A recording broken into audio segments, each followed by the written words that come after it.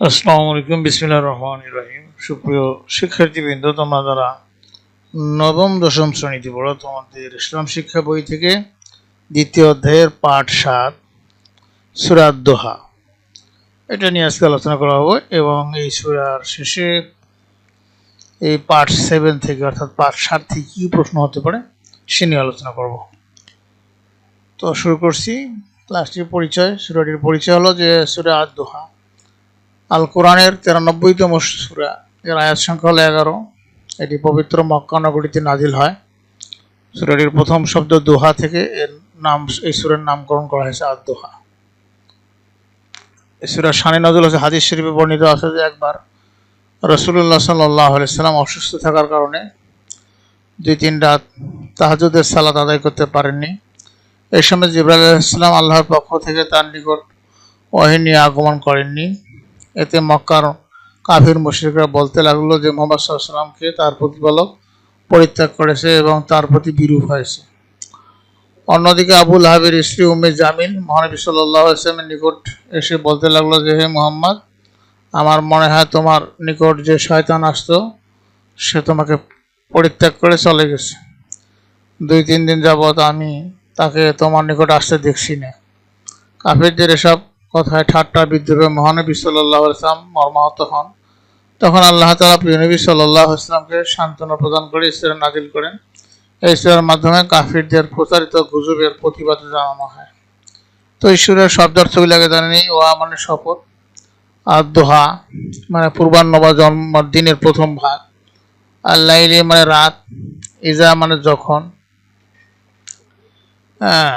সাজা মানে অন্ধকারাচ্ছন্ন হয় বা নিঝুম হয়, মাওয়াদ্দা আকা তিনি আপনাকে পরিত্যাগ করেননি বা ছেড়ে যাননি, মা কালা তিনি অসন্তুষ্ট হননি, বিরূপ হননি, আল আখিরাতু পরকাল বা আখিরাত পরবর্তী সময় জীবনযাপন, খায়রুন মানে উত্তম বা ভালো, লাকা আপনার জন্য বা তোমার জন্য, আল ঔলা মানে প্রথম ইহকাল দুনিয়ার জীবন অপূর্ববর্তী সময়, সফা অতি শীঘ্রই অচিরেই, ইয়াতিকা ইউতিকা ইউতিকা মানে হচ্ছে তিনি আপনাকে দান করবেন, তার দা আপনি সন্তুষ্ট হবেন, আলাম ইয়াজিদকা আলাম ইয়াজিদকা তিনি কি তোমাকে পাননি, এতিমান এতিম বা অনাথ বা আশ্রয়হীন, আওয়া অথবা তিনি আশ্রয় দিয়েছেন, ওয়াজাদা তিনি পেয়েছেন, দল্লাং পথ সম্পর্কে অনবহিত, ফাহাদা অথবা তিনি পথ প্রদর্শন করলেন, আইলাম অভাবগ্রস্ত নিঃস্ব, ফাগনা অথবা ধনে বানালেন অথবা তিনি অভাব দূর করলেন, ফালা তাকহার অতএব আপনি কঠোর হবেন না, আসাইলা মানে প্রার্থী বা ভিক্ষুক অভাবী, লা তানহার আপনি ধমক দিবেন না, নিয়ামাতি মানে নিয়ামত বা অবদান বা ধন দৌলত অনুগ্রহ, হাদিস আপনি বর্ণনা করুন, প্রচার করুন, প্রকাশ করুন, জানিয়ে দিন। এই ছিল শব্দার্থ। এখন আমরা অনুবাদ শিখব। বিসমিল্লাহির রহমানির রহিম, পরম করুণাময় অসীম দয়ালু আল্লাহর নামে। আদ-দুহা শপথ পূর্বাহ্নের, আল-লাইলি ইজা সাজা শপথ রাতের যখন তা নিঝুম হয়, মা ওয়াদ্দাআকা রাব্বুকা ওয়া মা ক্বালা আপনার প্রতিপালক আপনাকে পরিত্যাগ করেননি এবং আপনার প্রতি বিরূপ হননি, ওয়ালাল আখিরাতু খায়রুল লাকা মিনাল উলা নিশ্চয়ই আপনার জন্য পরকাল ইহকাল অপেক্ষা শ্রেয়, ওয়ালা সাওফা ইউতিকা রাব্বুকা ফাতারদা অচিরেই আপনার প্রতিপালক আপনাকে অনুগ্রহ দান করবেন আর আপনি সন্তুষ্ট হবেন, আলাম ইয়াজিদকা ইয়াতীমান ফাআওয়া তিনি কি আপনাকে এতিম অবস্থায় পাননি অথবা তিনি আপনাকে আশ্রয় দান করেছেন, ওয়াজাদাকা দাল্লান ফাহাদা তিনি আপনাকে পথ প্রদর্শন সম্পর্কে অনবহিত পেয়েছেন অথবা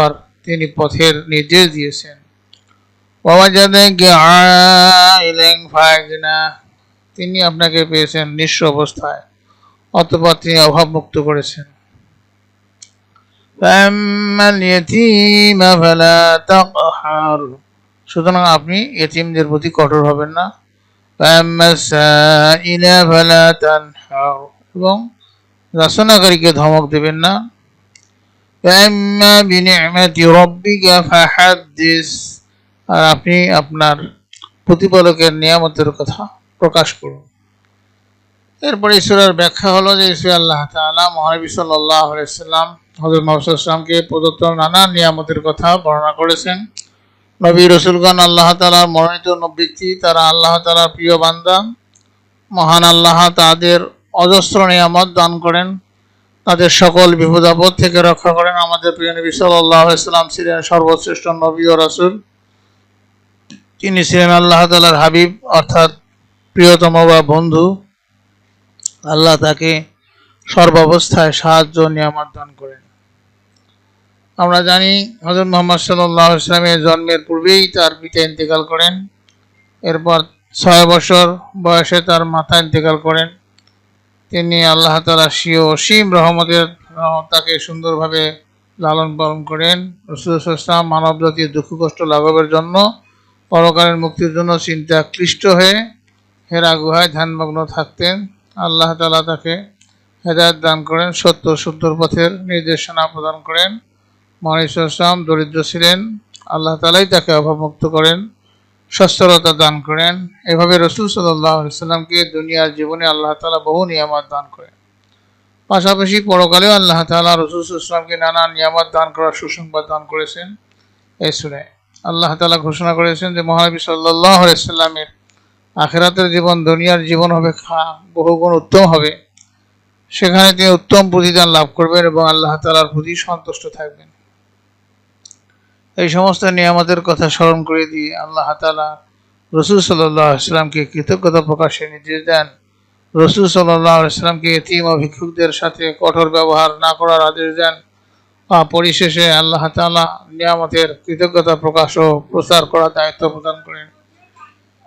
এই সূরা শিক্ষা হলো, এই সূরা থেকে আমরা বেশ কিছু গুরুত্বপূর্ণ বিষয় শিক্ষা লাভ করি। যেমন এক হলো আল্লাহর প্রিয় বান্দাদের কখনোই পরিত্যাগ করেন না। 2 হলো তিনি তাদের সকল বিপদ আপদ থেকে রক্ষা করেন। 3 হলো পরকালে তিনি তাদের কল্যাণময় জীবন দান করেন। 4 হলো ধনী সচ্ছল ব্যক্তিদের উচিত গরিব দুঃখী এতিম ও ভিক্ষুকদের সাহায্য করা বা কল্যাণ করা। 5 হলো অভাবী সাহায্য প্রার্থী এতিমদের প্রতি কঠোর হওয়া যাবে না, তারা গালমন্দ কিংবা মারধর করা যাবে না। তাদের গালমন্দ কিংবা মারধর করা যাবে না এবং তাদের ধমকও দেওয়া যাবে না, এবং তাদের সাথে সদাচরণ করতে হবে। দুনিয়ার সকল কল্যাণ নিয়ামত আল্লাহ তাআলার দান, এইসব নিয়ামতের কৃতজ্ঞতা প্রকাশ করা সকলের কর্তব্য। যেমন আল্লাহ তাআলা আমাদের ঈমান, কোরআন, ধন দৌলত, জ্ঞান বুদ্ধি ইত্যাদি নিয়ামত দান করেছেন। সুতরাং এসবের জন্য আল্লাহ তাআলার কৃতজ্ঞতা প্রকাশ করতে হবে। এইসব নিয়ামতের কথা মানুষের মাঝে প্রচার করতে হবে। প্রিয় শিক্ষার্থীবৃন্দ, তোমাদের কাজ হলো সূরা আদ-দুহা শুদ্ধভাবে মুখস্থ শোনাবে, কেমন? এবং এই অধ্যায় থেকে কি কি প্রশ্ন থাকবে সে নিয়ে আলোচনা করব। আর পরে আমরা পার্ট 8 থেকে আমরা শিখব।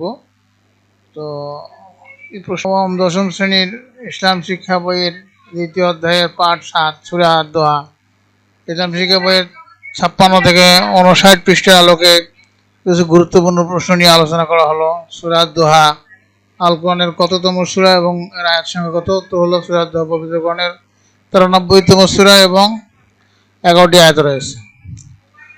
এই সূরাটি কোথায় নাজিল হয়েছে এবং এর নামকরণ কিভাবে হয়েছে? উত্তর হলো এটি মক্কা নগরীতে নাজিল হয়েছে। এই সূরা প্রথম শব্দ দুহা পূর্বাহ্ন থেকে নামকরণ করা হয়েছে আদ-দুহা।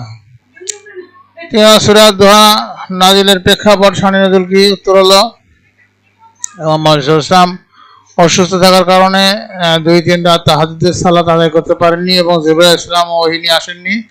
এতে কাফির মুশরিকরা উপহাস করতে লাগলো এবং যে আল্লাহ তাআলা রাসূলকে পরিত্যাগ করেছেন, বিশেষ করে আবু লাহাবের স্ত্রী উম্মে জামিল মহানবী সাল্লাল্লাহু আলাইহি ওয়াসাল্লামকে কঠোর ভাষায় বিদ্রূপ করেছিলেন। তাদের এসব কথার প্রতিবাদ এবং রাসূল সাল্লাল্লাহু আলাইহি ওয়াসাল্লামকে সান্ত্বনা দেওয়ার জন্য আল্লাহ তাআলা এই সূরা নাযিল করেন। 4 হলো আদ-দুহা এবং সাজা শব্দ দুটির অর্থ কি? দোহা অর্থ হলো পূর্বাহ্ন এবং দিনের প্রথম ভাগ, এবং সাজা অর্থ হলো অন্ধকারাচ্ছন্ন হওয়া বা নিঝুম হওয়া। 5 হলো ইসলাম মোহাম্মদ সাল্লাল্লাহু আলাইহি ওয়াসাল্লামের প্রতি আল্লাহ কোন 3টি বিশেষ অনুগ্রহের কথা বলা হয়েছে? উত্তর হলো এই দোহার মহানবী সাল্লাল্লাহু আলাইহি ওয়াসাল্লামের 3টি বড় অনুগ্রহের কথা স্মরণ করা হয়েছে। মহানবী সাল্লাল্লাহু আলাইহি ওয়াসাল্লাম এতিম ছিলেন, আল্লাহ তাআলা তাকে আশ্রয় দান করেছেন। তিনি পথ সম্পর্কে অনবহিত ছিলেন, আল্লাহ তাকে পথ প্রদর্শন করেছেন। তিনি অভাবগ্রস্ত ছিলেন, আল্লাহ তাকে ধনী অভাব মুক্ত করেছেন। পরকাল সম্পর্কে সূরা আল্লাহ তাআলা কি ঘোষণা দিয়েছেন? উত্তর হলো আল্লাহ তাআলা ঘোষণা করেছেন যে রাসূল সাল্লাল্লাহু আলাইহি ওয়াসাল্লামের জন্য ইহকাল পরকাল অপেক্ষা শ্রেয়। পরকাল ইহকাল অপেক্ষা শ্রেয়। রাসূল সাল্লাল্লাহু আলাইহি ওয়াসাল্লামের জন্য আল্লাহ তাআলা ঘোষণা করেছেন যে রাসূল সাল্লাল্লাহু আলাইহি ওয়াসাল্লামের জন্য পরকাল ইহকাল অপেক্ষা শ্রেয়। সেখানে তিনি এমন উত্তম প্রতিদান লাভ করবেন যে তিনি সন্তুষ্ট হয়ে যাবেন। 7 সূরা ইতিম ও যাচনাকারীদের ভিখারি প্রতি আচরণের বিষয়ে কি নির্দেশ দেওয়া হয়েছে? উত্তর হলো এই সূরায় নির্দেশ দেওয়া হয়েছে যে ইতিমদের প্রতি কঠোর না হওয়া এবং কোনো সাহায্যকারীকে যেন ধমক দেওয়া না হয়, তাদের সাথে সর্বদা সদয় আচরণ করতে বলা হয়েছে। 8 সূরা আল্লাহর নিয়ামত সম্পর্কে বান্দার কর্তব্য কি? উত্তর হলো এই সূরা শেষ আয়াতে বলা হয়েছে বান্দার উচিত তার প্রতিপালকের দেওয়া নিয়ামতের কথা প্রকাশ করা, কৃতজ্ঞতা স্বরূপ তা মানুষের মাঝে প্রচার করা। সূরা দোহা থেকে প্রাপ্ত প্রধান 2টি শিক্ষা উল্লেখ করো। উত্তর হলো সূরা দোহা থেকে 2টি গুরুত্বপূর্ণ শিক্ষা হলো যে আল্লাহ তাআলা তার প্রিয় বান্দাদের কখনোই পরিত্যাগ করেন না এবং বিপদে সর্বদা রক্ষা করেন। সুবহানাল্লাহ।